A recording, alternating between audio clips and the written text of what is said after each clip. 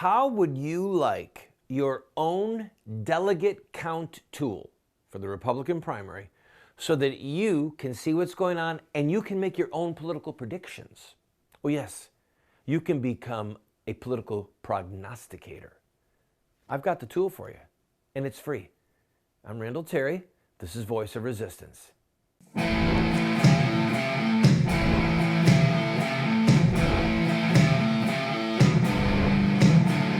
Those who forsake the law praise the wicked. Those who uphold the law resist them. Welcome to the Voice of Resistance. Here's your host, Randall Terry. Hi, friend. If you turn to any of the news cable outlets, you are going to find extensive coverage on the Republican and Democrat primaries, especially the Republican primaries.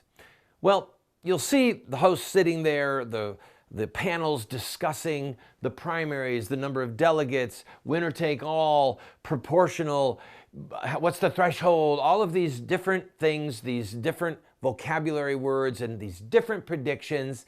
And sometimes we're sitting there scratching our heads. I thought to myself, why not do a service to the viewers of this program?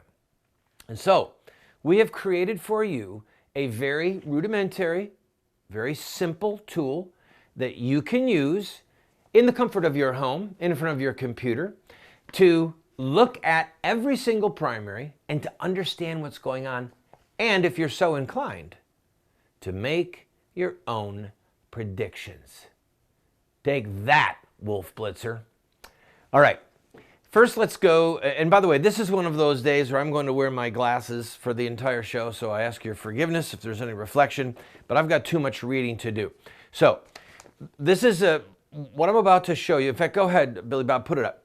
This is a PDF that is at our website. So go to voiceofresistance.com and you can see this PDF. It's on an 8.5 by 11 sheet of white paper, very rudimentary, very Spartan, but you can print it and you can use it over and over again. And as the primaries go forward, we will update it. So with every primary election, we will make the changes. So look at the very top. This is the GOP, the Republican primary schedule and delegate counts. By the way, GOP stands for Grand Ole Party. It's just a nickname, okay? So GOP equals Republican. So the GOP primary schedule and delegate counts. And as it says here, you can visit our website after every primary and we will update these numbers. So the delegate count as of the morning of the 8th of March, and remember, you got to have 1,237 to win. Trump has 384, Cruz has 300, Rubio has 151, Kasich has 37. And by the way, some of the other numbers that are not up here, this is almost funny. If you want to know how to really invest your money in delegates, you have to study Jeb Bush. He spent over $120 million and has 4 delegates to show for it. That's roughly $30 million per delegate. Go, go, go, Republican establishment. Okay, now look at the March 8th. Oh, I'm sorry, let me continue explaining how this key works. So when you see a P on the page, that means proportional. You've heard over and over about these proportional primaries. Here's what it means. Look at the next one. It says percentage. The little percentage emblem is the percentage of votes required to win any delegates in a proportional state. So, look at the first one, Hawaii. All right, there's 19 delegates. To get any of the delegates, if you're running for office, you have to hit a threshold of 20%. If you get 19%, you get 0 delegates. If you get 21% of the vote, you get 21% of the delegates. It's that simple. So if Trump gets 40%, he'll get 40% of the delegates, of the 19 delegates. And if Cruz gets 30%, he'll get 30% of the 19 delegates, etc. The WTA that you'll see in these columns stands for winner take all, and CD stands for congressional district. For example, actually we'll use the example when we get there. So in tonight's primary, March the 8th, there are 4 states up for grabs: Hawaii, Idaho, Mississippi, and Michigan. All of them are proportional states. Trump, as of the polling that is current this morning, Trump is way up in Michigan and he's way up in Mississippi. But remember, they're proportional states. So if Trump gets 40% of the vote in Mississippi, but Cruz gets 25%, that's not such a blowout for Cruz. In other words, it's bragging rights for Trump to say that he won the state, but he's not winning all the delegates. So they're going to have to divide those delegates. It's very possible tonight that Kasich and Rubio in those 4 states will either not hit the threshold in any of them or barely hit the threshold in some of them. So we will keep you posted. I'm going to give you a prediction in a few minutes of how I think this is going to come out, but I'm getting ahead of myself. You'll notice, by the way, that on the 12th of this month, Guam and Washington, D.C. have their primaries. You want to hear something really funny? Washington, D.C. has 3 electoral votes. They actually get to vote for the president, but they don't have any U.S. senators, and they don't have a sitting U.S. House member. There's no one in the House of Representatives that has the right to vote on the floor of the U.S. House. When we come back from this break, I'm going to tell you a comic little embarrassing secret. I was going to say a dirty secret. It's a dirty, embarrassing secret about U.S. governance and the Electoral College and people's right to vote. Did you know that there are a lot of people that the U.S. has sovereignty over that don't get to vote? Don't go away.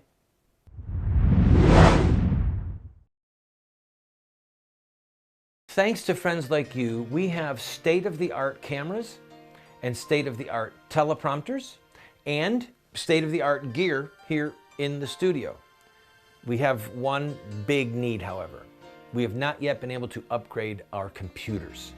The computers that we use for a television broadcast or to create a documentary are not like the kind that you can just go buy at Best Buy. They are expensive because it takes so much horsepower to create TV series and or documentaries. So I'm asking you, if you want to see this show grow and you want to see us finish the What Would Muhammad Do series, help us get these computers. 3 computers that we need right now are going to be just shy of $20,000. That's the kind of horsepower that we need.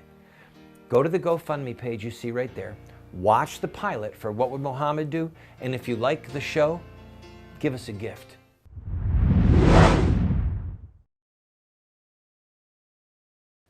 Taxation without representation. It's a valid cause for all-out war. Shooting your fellow countrymen. Revolution. Declaring independence. I better calm down. I'm not talking about the Americans with the Brits. I'm talking about the Americans with Puerto Rico, Guam, the Virgin Islands, American Samoa. There's another one. Where are they? Those friends, the Northern Mariana Islands. This is almost funny, and I don't want to spend a lot of time on it. But you do realize that there are United States territories. That's what we call them, territories. Puerto Rico, Guam, etc. In fact, put the graph up for me. You see this? These are the people who live in the United States and do not have a U.S. congressman, a U.S. House of Representatives to represent them. And with the exception of Washington, D.C., back to me, they can't vote. These people are governed by the United States of America, but they cannot vote for a member of the U.S. House, the U.S. Senate, or the president, okay? Taxation without representation. And that's some prime real estate there. I mean, the Virgin Islands, really? So to throw them a bone, what they did was they said, well, you don't get to vote for the president, but here's what we're going to do. Besides ruling you with an iron fist, we're going to give you the opportunity to vote in the primaries. And we're going to award little delegates to the winner of your primary. For example, Marco Rubio won Puerto Rico. And that was something he really didn't trumpet because that doesn't help him become the U.S. president. He did the Gang of Eight. He wants, arguably, tried to pave the way for amnesty for illegal immigrants to become citizens, and then he won Puerto Rico. Can you see that? Can you see that? He won Puerto Rico. That doesn't play well right now with the GOP. So as we go forward later on with my predictions, we predict Rubio winning most of these islands if he's still in the race. All right.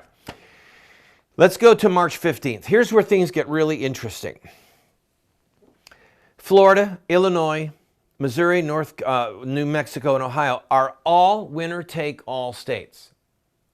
And this is where, if things continue to go the way they're going, this is where Trump begins to just roll over his opposition.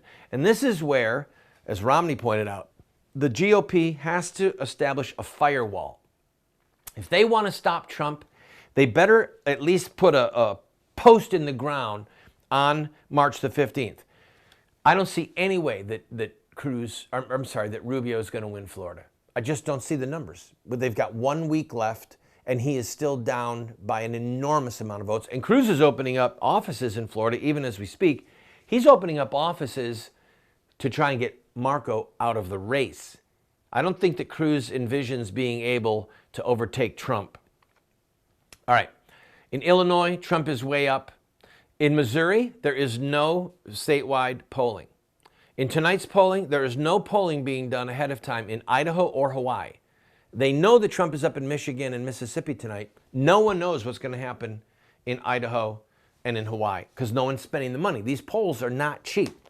And there's no publicly released, paid-for poll with live operators and live callers. That's what makes a poll good. All right, always remember that. The polling data that you see that is worth something, that people take seriously, are live callers with a live person at the other end answering the questions. Okay? So, March 15th is where the GOP needs to live or die if they want to stop Trump. I predict that Kasich is going to win Ohio. As of right now, he's within 5 points of Trump, and the favorite son thing is going to work. I would not be a bit surprised if you see some out-of-state political celebrities come to Ohio to campaign for Kasich. We'll see. But Kasich needs to win Ohio if he is going to help stop the Trump juggernaut. We'll go to March 22nd. You can see now you've got American Samoan and Virgin Islands. There are not a lot of delegates, 9 each. Maybe Rubio will win them both. Maybe Trump will win the Virgin Islands because he's a developer. I don't know.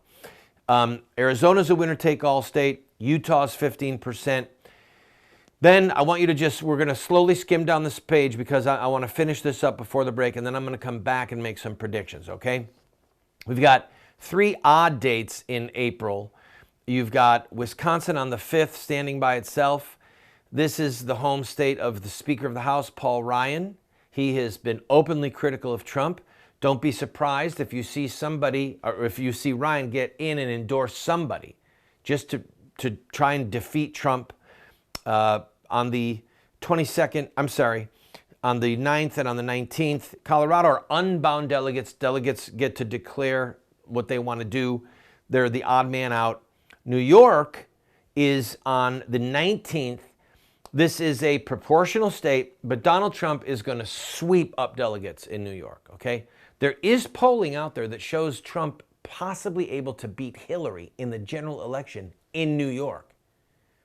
That would upset the Democrat apple cart beyond description because New York is considered a safe state for the Democrats. All right, quickly moving. You see on April 29th, most of the states are winner-take-all. In Connecticut, if you don't get 50% of the vote for the winner-take-all, you have to have a 20% threshold, and then the winner takes all by congressional district. That's what CD stands for. And earlier I said in the key. So, for example, in South Carolina, Trump did not get 50% of the vote, but he took all of the delegates because he got a majority or a plurality. He won in every single one of the congressional districts of the state. So if you don't get a 50% majority in Missouri on the 15th of March and on the 26th of April, then it goes to winner take all by congressional district. Last but not least thing to focus on, you see the odd ones in May. The big kahuna if no winner has emerged by then, is June the 7th. June the 7th, the last primary. This is going to be a brutal day if the election is still in question. There are 303 delegates available on June the 7th. California, of course, being the big prize with 172 delegates. Winner take all. All right, I'm going to take a break. This tool that I have created, that I just went over with you, you can go to our website and you can print it. Just go, it's a PDF, hit print, and then you can make notes. You can go and do your own research on the polling state by state, and you can follow the election and you can make your own predictions. I'm going to make a prediction when we come back. And then we're going to leave it up on our website until June the 7th, either for Randall Terry, your host, to gloat, or for me to get to eat a big piece of humble pie. I've had to eat so much in my lifetime, I'm getting used to the flavor. This doesn't taste that bad.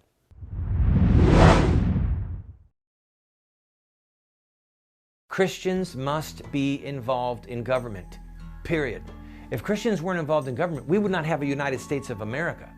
And there have been brilliant Christian minds over the centuries, such as John Locke, who is called the philosopher of American liberty. He was quoted by Clarence Thomas in his recent dissent on the homosexual marriage decision. If we don't understand John Locke, we don't understand the founding of America. I want to send you this book and my book, The Sword, subtitled The Blessing of Righteous Government and The Overthrow of Tyrants. I want to send you these two books for a gift of whatever you can afford. Pay the $8 shipping and handling, which does not cover our costs, and then give a gift of whatever size you want, and we'll send you these books. If you cannot afford anything but the $8, can't even afford that, write us a note, and we'll send them to you for free. I want you to have these books so that you can be better equipped to fight in the political arena. Come on, order them today.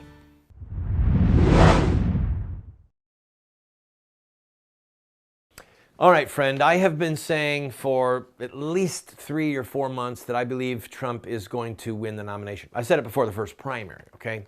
And I maintain that he is going to win the nomination based upon what I'm seeing. I could be wrong. And Ted Cruz has really shown just tremendous mettle, and getting Rubio and Kasich perhaps out of the race. Kasich's not going to leave the race. You need to know that. He's going to stay in. He really will. But let me just go over with you my predictions.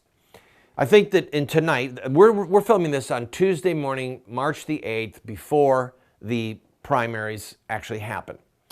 I'm going to predict that Trump is going to get about 75 delegates. That's approximately 40%. Cruz is going to be very close with 65. Rubio and Kasich will probably divvy up the other 38 between them. Even if Cruz wins, which is possible, it's going to be very close. We'll see how these numbers play out and how it will help Trump ultimately win the nomination. March 15th, that's a big day for Donald Trump. I predict him winning 230 electoral votes. He's going to win Florida. He's going to win Illinois. He'll take about half of North Carolina and half of Missouri.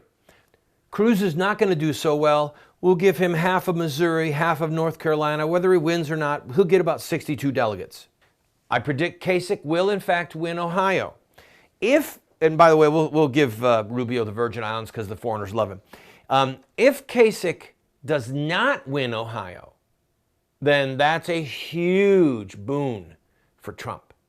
All right? The GOP establishment stopping Trump is predicated on Kasich taking Ohio. He's got to take Ohio, or his credibility is done. He'll stay in just because he still wants to hold out for that brokered convention. But if Kasich doesn't win Ohio, there's big trouble. I'm calling Ohio for Kasich. March 22nd, I'm going to give Cruz the big win that night. I believe he's going to take Arizona. He might not, but Arizona is a feisty state, a lot of really conservative Republicans. And interestingly, the Republicans in Arizona hate John McCain, okay? And John McCain hates them and hates Ted Cruz, has mocked Cruz repeatedly, but he also hates Trump. I mean, Trump's the one who said that McCain's not a hero. He got captured. So McCain, interestingly, is going to be of very little use in Arizona. He may endorse Kasich, but it'll be a yawn, and it'll only confirm to everyone who's watching, if he does that, that the establishment hates the insurgents, Cruz and Trump. So I'm predicting that Trump is not going to do all that well on March 22nd. We'll give him the Virgin Islands, and we'll give him a portion of Utah, 28 delegates. All right, the odd ones in April, I'm saying Trump's going to come in at around 100 delegates. He's going to get most of New York. He's going to get some of Colorado. Let's go ahead and give Wisconsin to Cruz. Okay, a little bit of New York, but give him some of Wisconsin, because the establishment up there with Paul Ryan's leadership are going to do everything they can to cause Trump to lose that race. All right, moving quickly. In April 29th, a lot of big races, 172. Trump is going to take almost all of them. In these states, Connecticut, Maryland, Delaware, Pennsylvania, Rhode Island, Cruz has no natural constituency, okay? He's just not going to do well in the Northeast. He might come close, but remember, they're winner-take-all states, with the exception of Rhode Island. So, out of the 172, I'm saying 165 for Trump. He'll get most of Rhode Island. We'll give Cruz 7. But at this point, another thing that could go against Cruz is that Cruz's people will start to see that if Trump doesn't win, because Cruz can't win, the numbers just aren't there for Cruz to win. But if Trump doesn't win and it becomes a broker convention, that the very thing that the Cruz supporters and the Trump supporters hate, the Republican establishment, could be in control of the nominee, which could be Romney or Kasich or some other Republican Party establishment candidate. All right, moving quickly. In May, Indiana, Nebraska, West Virginia, Oregon, Washington, there's 196 delegates. I'm calling 102 of them for Trump. You can focus on that yourself. Cruz, 94. I think that he's going to do well in Nebraska. There is a natural constituency for Cruz in Nebraska, and he could split the balance of some of these proportional states. And finally, we have June 7th, California, Montana, New Jersey, New Mexico, and South Dakota, totaling 303 delegates. I'm predicting Trump will take about 250, Cruz 50, 53. Given the scenario I just painted for you, and with Trump's current number of 384, if I'm even close, it'll be 1,334 delegates for Trump, more than 100 of the delegates he needs to sew up the nomination.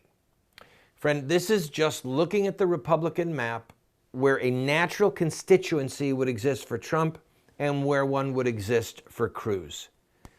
I've staked up my ground. I'm going to make a couple more predictions and comments when we come back from this break. Don't go away. Friend, this TV show represents a mission. It's to be a voice of resistance to the evil in the land, but also to inspire people like you to take a stand at any level that you might be able to equip you, to inspire you, to challenge you, to give you the rhetorical ammunition that you need. But we still have to pay bills. This program, as you know if you're a regular viewer, we don't spend a lot of time raising money. We don't spend a lot of time saying, oh, you need to buy this and we're going to run. No, we're bringing you a message, but we still have bills that we need to pay.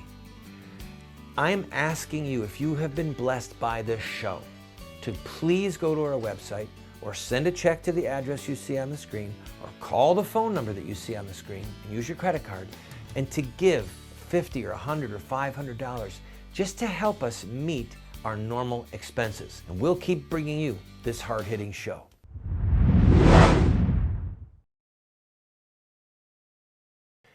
I've painted for you the scenario in which I think Trump is going to be the nominee. I could be wrong. Now, by the way, this presumes that Trump will lose Ohio to Kasich, and he's going to lose Arizona, Nebraska, Wisconsin, and New Mexico to Cruz. And Trump could also lose Pennsylvania and Delaware, and he could still be the nominee. The big thing I want you to take away from this is that we've created a tool for you, not this prediction, but another tool, let's show it again, that you can download. Very simple, very Spartan. It's a PDF. You can use it so that you can grasp what is going on in this Republican candidate.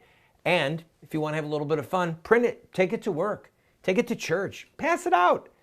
It's something to talk about at the water cooler, and at least you'll know what's going on.